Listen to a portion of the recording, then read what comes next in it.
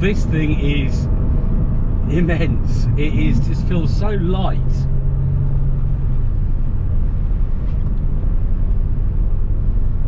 But oh my goodness, I've got a big smile on my face.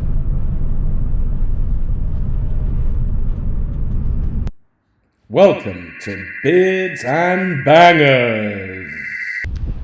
Well, hello there.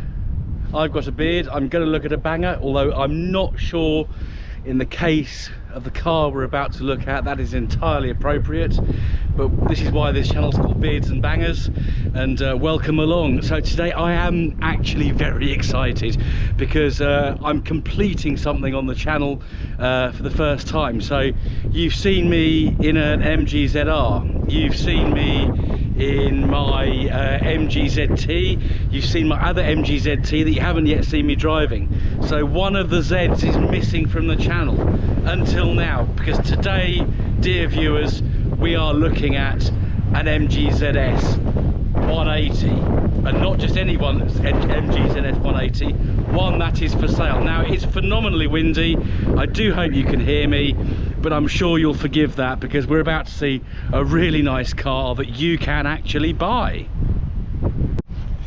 So we're going to have a really good look around this today so that you can appreciate it, and then I'll tell you how you can get in touch about viewing the car in just a second. But a very brief piece of history. So we know about you know, MG Rover, we know about the Phoenix Consortium. We don't want to go on about that because it's just miserable and they're horrible. But yeah, so the MG ZS is born out of the Rover 45, which is born out of the Rover 400, and that is it's the one piece of MG Rover motoring folklore that still has the last kind of vestige of Honda about it. So the platform's called HHR, and it was based on the Honda Domani or Domini, which wasn't actually available in Europe, so only available in Asia. Yeah, so the ZS is basically a rebadged and tuned and slightly altered Rover 45, and we'll have a good look round it so that you can appreciate all the angles. Now the ZS was slightly different because it was available in two different body styles. So obviously the ZT was as well, but the ZR wasn't. And I think there's a bit of a misconception that the ZS and the 45 are just R3s or 25s with a boot on. That's not the case. They are a completely different platform. The ZS was available as a hatchback or as a saloon. We're seeing a saloon today with the best spoiler, I think, for a ZS 180 saloon. This great big wing on the back here, and I do think personally, just a personal viewpoint, that the saloons do look better, but this one is in really good condition. We'll have a look under the bonnet in a second, and this colour is trophy blue, which I think is certainly one of the obviously monograms are the ultimate in MG Rover car colours, but I think trophy blue, trophy yellow are up there. I'm going to say X Power Grey and royal blue, of course, but I would say that, wouldn't I? So yeah, so this ZS has got the same engine as the ZT 190s, and we'll have a look under the bonnet in a sec. But yeah, this is looking really nice on the outside, so hopefully you've had a good appreciation of that. What I'm really looking forward to though is taking it out in a minute for a drive. A, to get out of this wind, but B, so you can actually appreciate it as well. Under the bonnet is a familiar sight to viewers of my channel. We've got the Rover KV6 engine.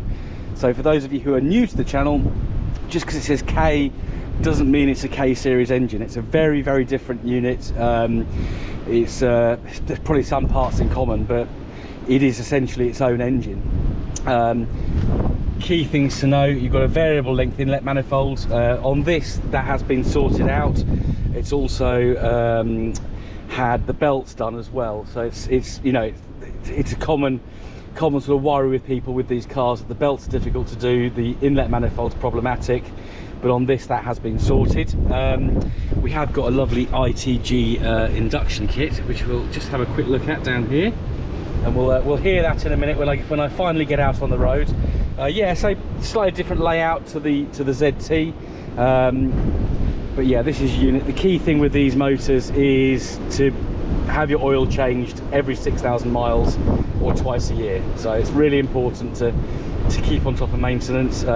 They are very, very good units. If you potter around, they're actually okay. If you put your foot down, you will see the fuel needle going down, because they are a V6 engine and they're a powerful lump. But if you're taking it steady round town, or if you're out on the motorway cruising without kind of, you know, dropping it down to third every 3 seconds, these are really, really good, reliable motors. I can't recommend them highly enough. But yeah, there is our lovely engine bay on the ZS. It's pretty clean as well, I should take note. So this being a saloon, we have got a pretty decent boot. It goes back, it's probably just over a metre, and it's about half a metre tall. Obviously the you know, getting the load in's fairly high up, which is typical of the all the MG Zeds. But we have got a decent boot, plenty of space for golf clubs, plenty of space for holidays, plenty of space. I'm sure some of you would put you know, great big sound system in here.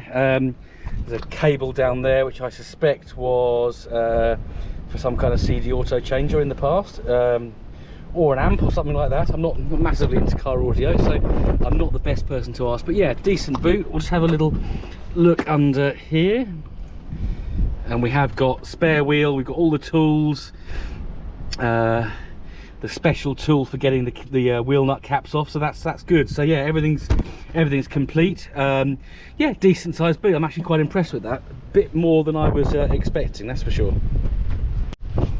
So let's have a quick look inside. So moving to the door card first, nice chrome handle here. The windows on these are, it's the same kind of rocker style switch as the early Rover 200s, but it is on the door, which is good. We've got to have a speaker in here and a tweeter up here.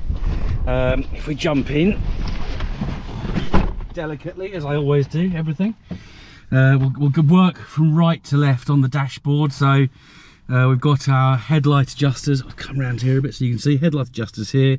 Our mirror control is electric, and that's based just here. Blanking plug there. We've got stalks which are identical to any R8, R3 early model. And then in the center we've got our dash, and of course, being an MG, we've got the silver backing with the MG logo. Fuel gauge to the right, then the speedometer goes up to 160, which I think is quite ambitious for these, although they do fly.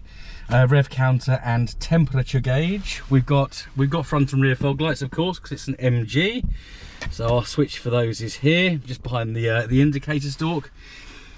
A little bit of a nod to Rover here. We have got our cold fresh air vent in the centre, so we can have cold air. We can have piping hot air coming from the rest of the vents, but we can have cold air coming into your face from there. Heated rear window, hazard warning light, clock, aftermarket stereo, so a bit more up to date with a CD player. Heating controls. We've got aircon, and then into the center console we've got our gear stick with the familiar gear. Oh, hello, what's going on here? Familiar gear knob, which you will recognize from your MG Rover cars. We've then got, after a bit of jiggery pokery, we've then got our window switches, strangely for the passenger and rear windows, either side of the handbrake, switch to isolate the rear windows there. The steering wheel is the typical, let's get the gimbal. Gimbal's having a bit of a fun day today. Yeah, it's the typical MG Rover steering wheel, so very similar. I think it's probably the same actually as the ZR. And of course, this being a trophy blue car, we've got blue inserts, as we've got on the rather lovely bucket, half leather bucket seats. So we've got trophy blue car. Typically we have the blue leather on here as well. Just moving back to the dash, passenger airbag on this one, pretty standard glove compartment, and then cubbies in both doors. Now, because this car is slow, I will show you the driver's seat. It is not bad. Normally these are in a right state. That is actually not bad, and with some correct refurbishment will actually come up really nicely. We'll shut the door behind because that wind will catch it. The back, we've got 3 seat belts in the back, so 3 kids is fine. I will jump in and you can have a look at my knees. So I'm not the tallest person in the world, and I'm, you know, fairly cramped up, but it's not bad. It's not awful. You know, there is enough room to, you know, if you're taking your mates to the pub in it on a Saturday and you're the designated driver, then there is enough room to get a couple of mates in the back. You know, it's not, you know, not too cramped at all. Yeah, and of course we've got rear head restraints as well, so that's a good thing to have. So yeah, it's quite comfortable. One thing I missed was the center armrest. So this being a ZS, we have got a bit more refinement and luxury, and that comes with a center armrest in this. But yeah, the interior's nice. We will just go up. I'm not going to test this, but we have got a sunroof in this particular one, which is tilt and slide, so you can enjoy, you know, nice ventilation from that. So we won't test it. If you want to test it, then you need to come along and actually have a look at the car. So as comfortable as I am in the back of this lovely MG ZS 180, I think there is something you want to see, hear, and if you could, smell as well. So let's get out and take it for a drive.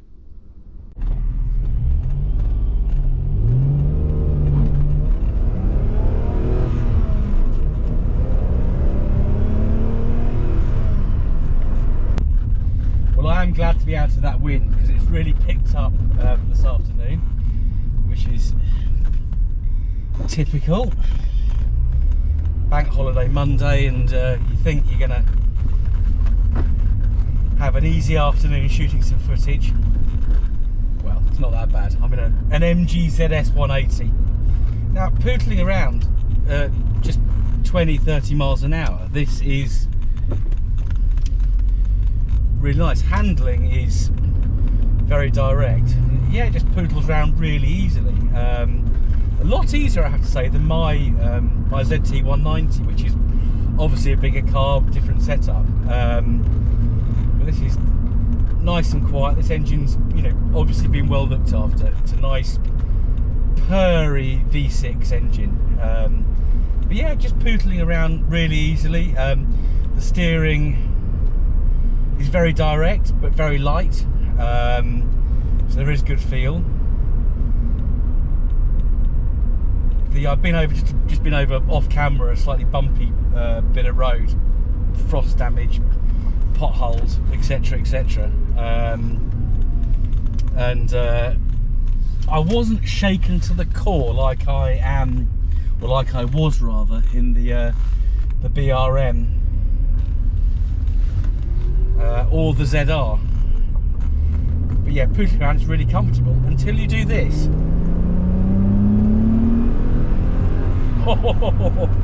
Oh my goodness, that is quick. Jesus Christ,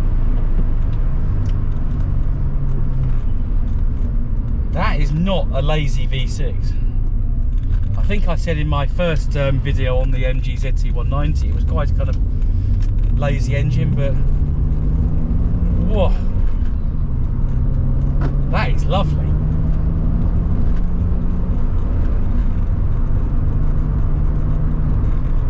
Now this car is for sale.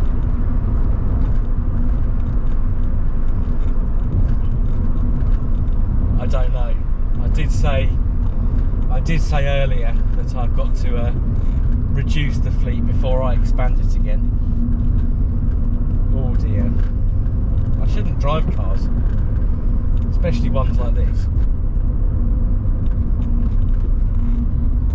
No, I should. It's wonderful. So this is on 110,000 miles. That for a KV6 is fine as long as it's been maintained. I know this one has. Yes, and it is for sale. I'm pulling faces thinking, should I buy it, but I know I'm not going to buy it. But if any of my viewers, new or old, and that's relation to how long you've been viewing my channel, not your age, don't get offended, are interested, then please either drop me a comment down below. While you're doing that, please hit the subscribe button if you haven't already done so, or please drop me a message through my Facebook page, which is facebook.com/beards and bangers. Quite easy. So if you are interested in buying this vehicle, it's advertised at £3,695, so 3,695 or 3,700 in a non-salesperson speak. Yeah, I'll get you in touch with the person who's selling it, and I'm sure this will make someone a really nice car. Oh, roundabout, hey, let's have a go. That is sticky. That is sticking like anything. I'm going round again. Oh my goodness, that is wonderful.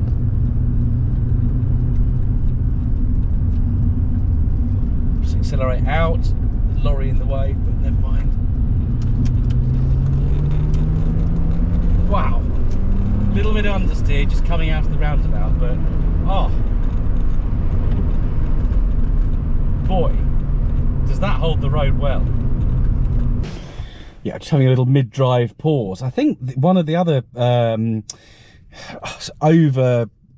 overarching things I notice about this car is it's nimble. You would not guess that you're driving a 2.5 litre V6 engine car. It's I mean, the KV6 is a compact, lightweight engine, so that does help. But it's just so nimble. It's just nimble around the corners. It's, you know, nimble. If you're going over bumpy roads, it's fine going on faster roads. It's just a really, really nimble car that just is so surprising given the size of the engine and the you know, the type of engine it is. So yeah, absolutely incredible. Well, that's gonna do some more driving now, so yeah, see you back in the saddle.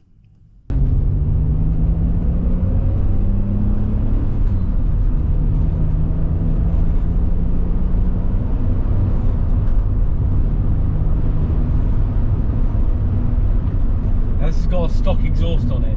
There is a big bore tip, but that is just a tip. The exhaust is stock, so it's not too noisy, and it's actually not quite as irritating as I find my KV6 powered car.